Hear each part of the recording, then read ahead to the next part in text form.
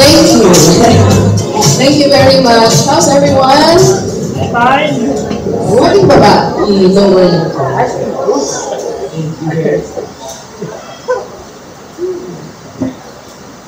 Praise the Lord at maganda ang weather. Sige. I need you to, please pray for me kasi galing kaming show kagabi. Actually, si Kuya Leo had 2 shows in a row. So, kailangan ng extra energy. Pero I'm very excited to teach this morning. Okay? So, let's pray. Lord, we thank you for this morning and we pray, Lord God, that your word will go forth, Lord, like a light, a sword, will pierce our souls, Lord God, and give us revelation of who you are and who we are in you. This we ask in Jesus' name. Amen. Alright, so I'm excited because we are going through the whole book of Genesis. Okay. Malapit na tayo, mga lahati. Wala pa tayong kalahati. Shall we review from the beginning? So, nagsimula tayo sa ating great stories of the Bible. Do you remember the very, very first story that was preached by Bishop? Ano yan? Okay? Ang pangalan ni Satanas, no, original ay, no, not Lucifer, the bringer of dawn. Remember? The fall of the bringer of dawn. And then, the story of creation, okay, Adam and Eve, and then they sinned. Okay, after they sinned, nagkaroon sila ng dalawang lalaking anak na ang pangalan ay si? Okay. Sino yung panganay? Ano ang ginawa niya? Pinatay niya ang kanyang kapatid na si Abel dahil sa selos, okay? Masamang ugali, lahat ba? Isipin niyo. Then after Cain and Abel came the story of Noah. Naalala niyo? Then after Noah, he had 3 sons named yung palaman, Ham, very good. Ham, Shem, Japheth, okay? Sino yung hindi nag-honor sa kanyang ama? Si Ham. Okay, so next time you eat ham, okay? Isipin nyo, I need to honor my parents while you're eating ham. And then after the story of Noah came the story of a very big building na hindi natapos. Tower of Babel, okay? Bakit gusto ng mga tao i-erect ang Tower of Babel? Para gusto nila mas mataas sila sa Panginoon. O diba, para lang si Bringer of Dawn gusto mo sa power ng Panginoon. So the Lord confused them by changing all the languages of the world. Kaya nagkaroon ng iba't ibang lingwahe ang mundo. At ang sumunod sa Tower of Babel ay si Abraham. Very good. Okay, see? Alam niyo na yung simula ng kwento ng Genesis. Alright, so let's have a, I think I need another one. Pwedeng dito na lang nila. Okay. Thank you. Ito yung Bible. Sige, let's show the slides. Meron tayong buod. Buod naman ito ng kwento ni Abraham. Para maalala natin. Yes? Slide number 1. Come on, let's go. Go. Genesis 12, tinawag ng Diyos si Abraham na lisanin ang Haran at pumunta sa Kanaan. Okay? So God said, O Abraham, lumipat ka. Iwanan mo lahat ng tinanim mo sa Haran and go to Canaan. So Abraham obeyed the Lord and he went. Next, Genesis 13, basahin natin. Basahin natin. Yan. Ito yung ating read between. So if you have read from Monday going to Friday, mababasa na yung kwento nito. Sino ang read in between? Mula Monday, Tuesday, Wednesday, Thursday, Friday. Very good, very good. So naghiwalay si Abraham at si Lot. Bakit? Dahil sila ay yumaman ng yumaman ng yumaman. So ang dami nilang mga tupa, baka, marami silang mga people in their household, servants, basta they grew so big that the land could not contain them. Imagine if you had thousands of sheep and thousands of goats and cows. Magpusan ka talaga ng lupain, yeah? So, ang ginawa nila, sabi nag-agree sila, maghiwalay muna tayo kasi hindi na tayo kasya dito. So, ang sabi ni Abram kay Lot, ikaw muna ang mamili. Saan ka pupunta? Kung saan ka pupunta, if you will go to the right, I will go to the left. So, anong ginawa ni Lot? Tumingin siya. Ang hinanap niya, yung feeling niya, mas matabang lugar. Mas beneficial sa kanya. So, pinili niya yung isang side. I forgot if it's east or west. I believe he went to the east. If I'm correct. So, we went there, and then tumira siya sa Sodom.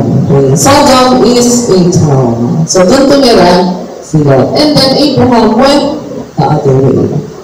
Genesis 14. Okay. However, sa Genesis 13, even if Abraham went the other way, the Lord still said, lahat ng nakikita ng mata mo, ibibigay ko sa iyo. Di ba ang galing? Genesis 14, iniligtas ni Abraham sila. Bakit? Ano nangyari? Sa mga nakabasa, ano nangyari? Ba't kailangan iligtas? Nagkaroon ng gera. Okay? In short, nagkaroon ng gera, natalo yung hari ng Sodom, kinidnap si Lot. Kasama ng kanyang mga pamilya, mga servants, mga ari-arian. So, Abraham went to rescue his... Ano ba yung relationship ni Abraham at ni Lot? Teacher, may give chance to others. Okay? So, ano ni Abraham si Lot? A, kapatid. B, pinsan. C, pamangkin. C, very good. Pamangkin. Okay. Yung ama nila, patay na. So, siguro parang inaanak na rin ni Abraham sila. So, kinidnap sila, and Abraham, along with 318 trained men. O, diba? 318 trained men against several kings went to rescue Lot. Oh, galing. So, minsan naniisip natin si Abraham is an old guy, about old guy, 100 years old, but you know, he was really a warrior. He knew how to fight, he knew how to win. And he was able to get Lot back. Nailigtas na sila. Yes? Okay. So, Lot and the king of Sodom were grateful. I don't know what happened in between, but Lot ended up back in Sodom. So, dun siya ulit nangirahan. Genesis 15. Ito na yung angtipan ng Diyos kay Abraham. This was already preached a few weeks ago, I believe. Oh, last week. By Bishop. 16, 15, 16, and 17. Okay? So, ano yung tipan ng Diyos kay Abraham? Can we go to the next slide? Genesis 15, verse 5. I posted it here para mabasa natin ng sabay-sabay. Okay? So, ito yung mga ilan sa mga salita ng Diyos kay Abraham. Can we read it? 1, 2, 3, go!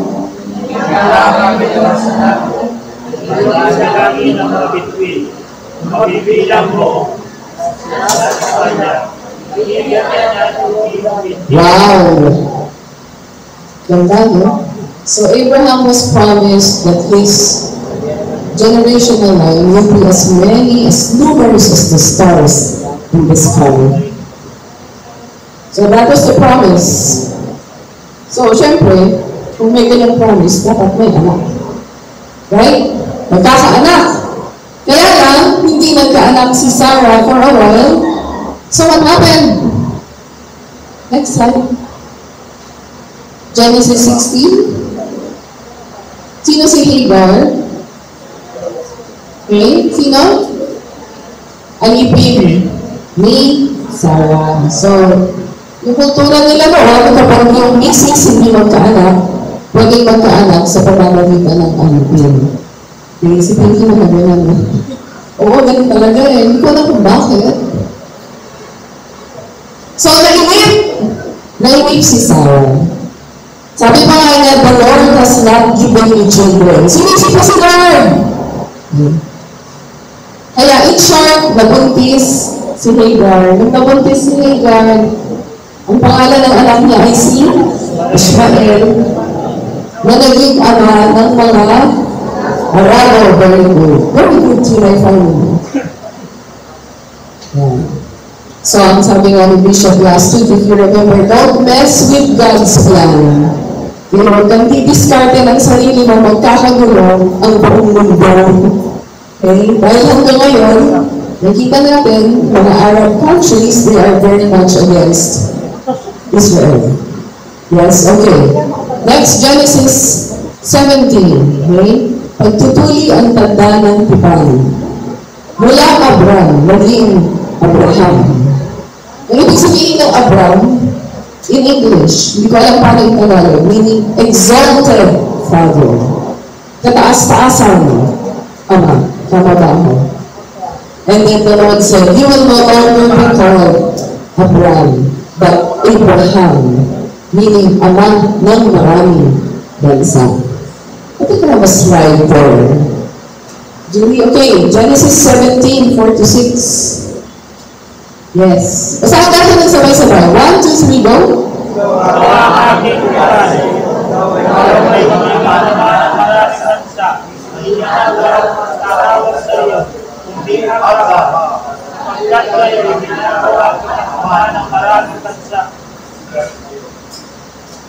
Oh, ngayon pa ba? Ang kasunod dyan, if you look at your Bible, pararamihin ko nga ang iyong lahi at magtatapag sila ng mga bansa at may magiging hari sa kanila. Wow! Alam niyo kung sino yung hari? Sino? Bukod kay Haring David. It's really Jesus. Okay? The coming of King Jesus. Genesis 17:17. I already put it there for you. Meron ba tayo? Wala? Okay. Tingnan niyo yung Genesis 17:17. So, may pinangako ang Diyos kay Abraham, yes? Ano ang reaksyon ni Abraham sa pangako ng Diyos?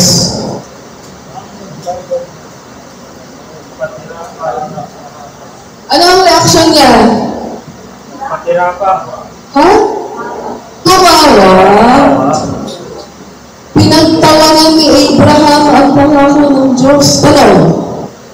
May pinangako na ba sa inyo ang Diyos? Naniwala na kayo? O sinabi niyo, Lord. Yan ang ginawa ni Abraham. Pinagtawanan niya ang pangako ng Diyos. Let me read. Dahil lang ka kayo ay nagpatira pa. Paano magpatira pa? Ano yun? Help me out. May Tagalog is limited. Ang ibig sabihin nagpatira pa ay dumapa? Kuminga? Ganyan? Sabi ni Gilbert, pakita mo. Ayun, nagpatira pa. Pero hindi siya nag-worship. Nagpatira pa siya. Ayun, sabi ni Bishop. O, tingnan niyo si Bishop. 1, 2, 3, go. Yan, nagpatira pa. Parang nag-slide sa baseball. Nagpatira pa, pero hindi worship. Nagpatira pa para tumawa. Tawanan ba naman niya ang Diyos? Okay? At tumawa si Abraham at sinabi sa kanyang sarili, magkakanak pa kaya ang isang tao na 100 taong gulang na? Manganganak pa kaya si Sarah na 70 taong gulang na? Oh my goodness! 100 years old and 90 years old. Dear, pwede pa tayo. Meron pa tayo ilang taon. Uy na kami, seriously. Sino gusto maging ninaw at ninang ng anak namin? Sabi niyo yan. Sabi niyo yan, ha? Alalahanin namin yan.